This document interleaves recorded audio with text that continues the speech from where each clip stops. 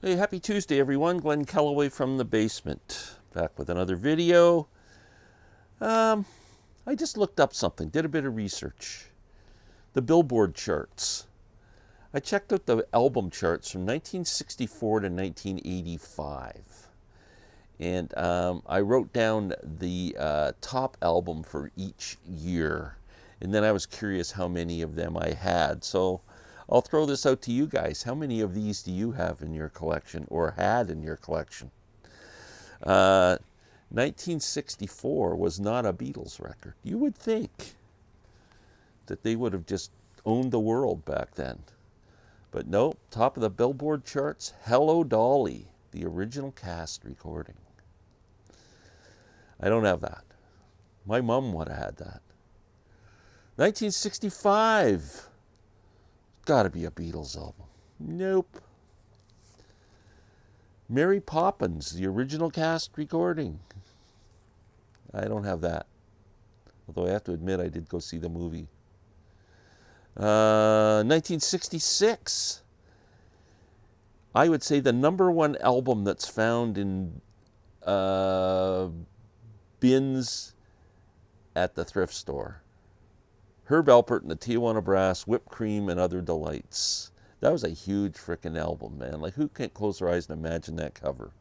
1966. Again, no Beatles records. 1967. You know what you're going to find? There's no Beatles records on this list at all. So I should just stop saying that. 1967. It starts to get interesting, except for, at least for people my age. I was 14 years old. And the hottest show on TV, The Monkees. And more of The Monkees, their second album released, I think around the 1st of 1967. I'm just guessing, but I think it was January, February. I saw The Monkees on this tour in April of that year at Maple Leaf Gardens on their first tour. This is one of my favorite Monkees albums. This is the one I got caught shoplifting at the department store. It brings back memories. Getting beat up by store detectives. She, Mary. Paul Butterfield Blues Band did Mary too. Pretty crazy, eh? What else is on here? Steppin' Stone. Oh, look out, here comes tomorrow. I'm a Believer. That was a pretty cool album in its day. And I gotta tell you, I love these frickin' shirts with the white collar and the like colored shirts with the white collar. They were cool back then. 1967, more of the Monkees. 1968, I'm on a bit of a roll here. Why it's 1968, I don't know. I guess it's always the year after maybe it came out, or they got to have a year of sales or something. But Jimi Hendrix Experience. Are you experienced? One of the best debut albums ever. Very influential album. 1969. Iron Butterfly, In-A-Gadda-Da-Vida. I do not have it on vinyl, but I have this weird kind of CD version. It's in a little case here, and you yank it out, and it's got one of those, what do they call that fancy stuff that does all that? You know, like you're having an acid flashback. In-A-Gadda-Da-Vida, man. Dun, dun, dun, dun, dun, dun, dun, dun, dun. What a classic. What a classic.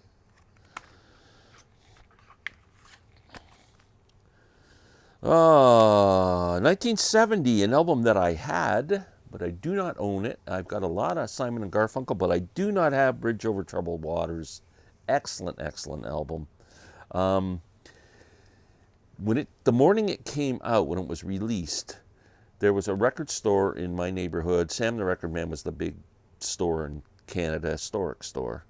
They sold franchises, and there was a little franchise in the strip mall by my house, Sam the Record Man store. And the morning it came out, if you lined up, they opened early, 8 a.m.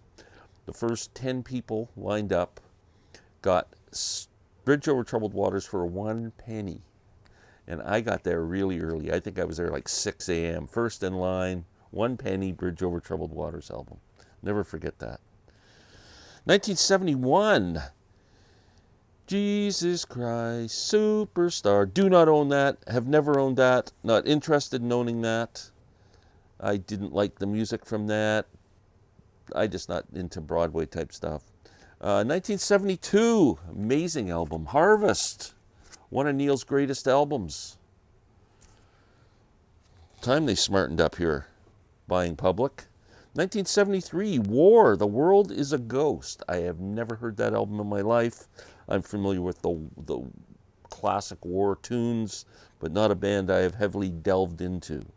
1974, Goodbye Yellow Brick Road. I do not have this on vinyl. Mostly because I think it's kind of bloated, and I think the CD's all you need. A lot of people really like this album, but for me, Funeral for a Friend and Love Lies Bleeding might be Elton John's greatest work. Candle in the Wind, classic song. Don't like Benny and the Jets. Goodbye Yellow Brick Road, great song.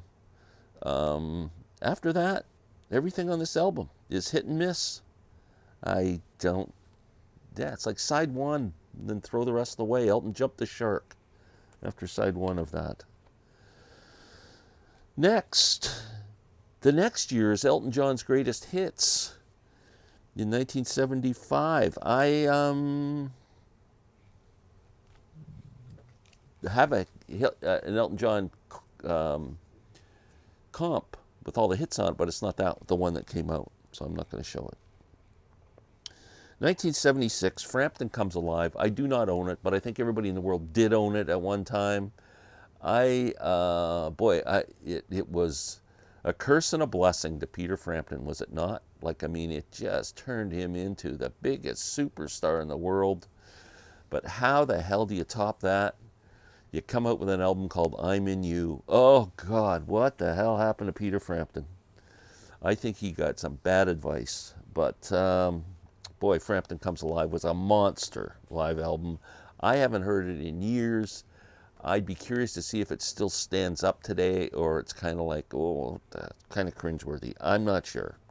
1977, best-selling album of the year would be, I guess it's best-selling. I don't know, Billboard, top of the Billboard charts, whatever. Fleetwood Mac Rumors. Who does not own this album? Put up your hand. I don't see one hand.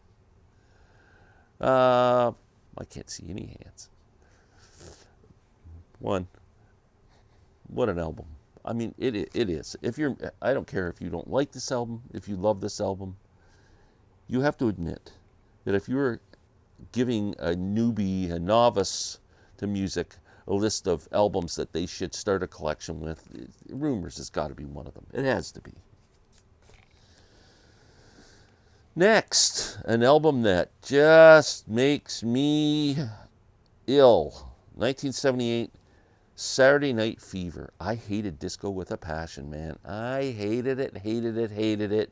Those Bee Gees songs on there. Oh, man, sorry, but if you're a disco fan, my apologies, but I frigging hated that stuff. Then, 10 years ago, when I picked up a bass guitar and started playing, I started realizing there was a lot of cool bass licks in those disco songs, and I started kind of listening to them to pick up some funk in my playing there. Next, 79, my friend John in Florida will love to hear this. 52nd Street by Billy Joel. I don't have any Billy Joel studio albums. I have comps. I have volume 1 to 3 and whatever, all the hit stuff. But I like Billy Joel. 1980, The Wall. Another album I would never own on vinyl, because there's sides of that album that I would not play. I think the continuity of this album works very well on CD. That'd be a good video. What albums work better on CD than vinyl? Thank you. I'm writing that down. The Wall would be one of them for me. But another album, like when that came out, it was just like everybody was playing it. Next, 1981, REO Speedwagon, when they went all poppy and high infidelity. Man, that album was huge too. That just turned them into superstars.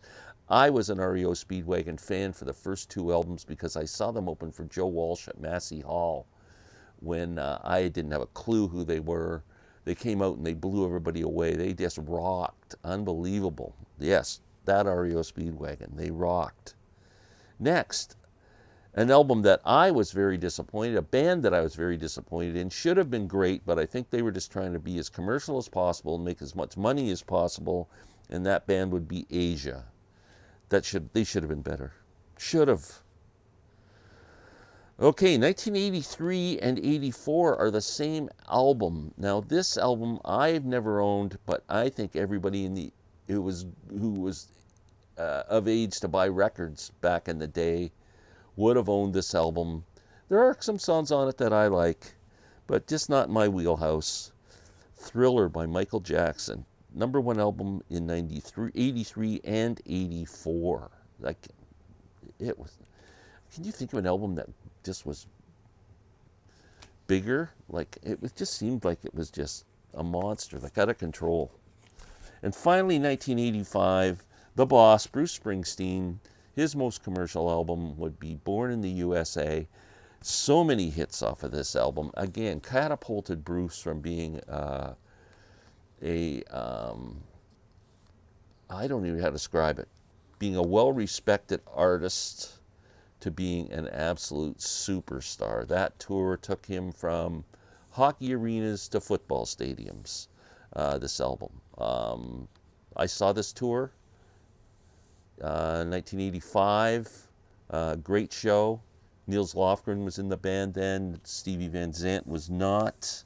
It was a great show. But Born in the USA, Cover Me, Downbound Train, I'm on Fire, No Surrender, Bobby Jean, Glory Days, Dancing in the Dark, My Hometown, man, just full of hit songs. Like, just a huge album for Bruce. So, yeah, I have like a third of these. I don't have no taste in music, none whatsoever, it appears. So anyway, I hope you guys had fun with that. Let me know. Have a great day.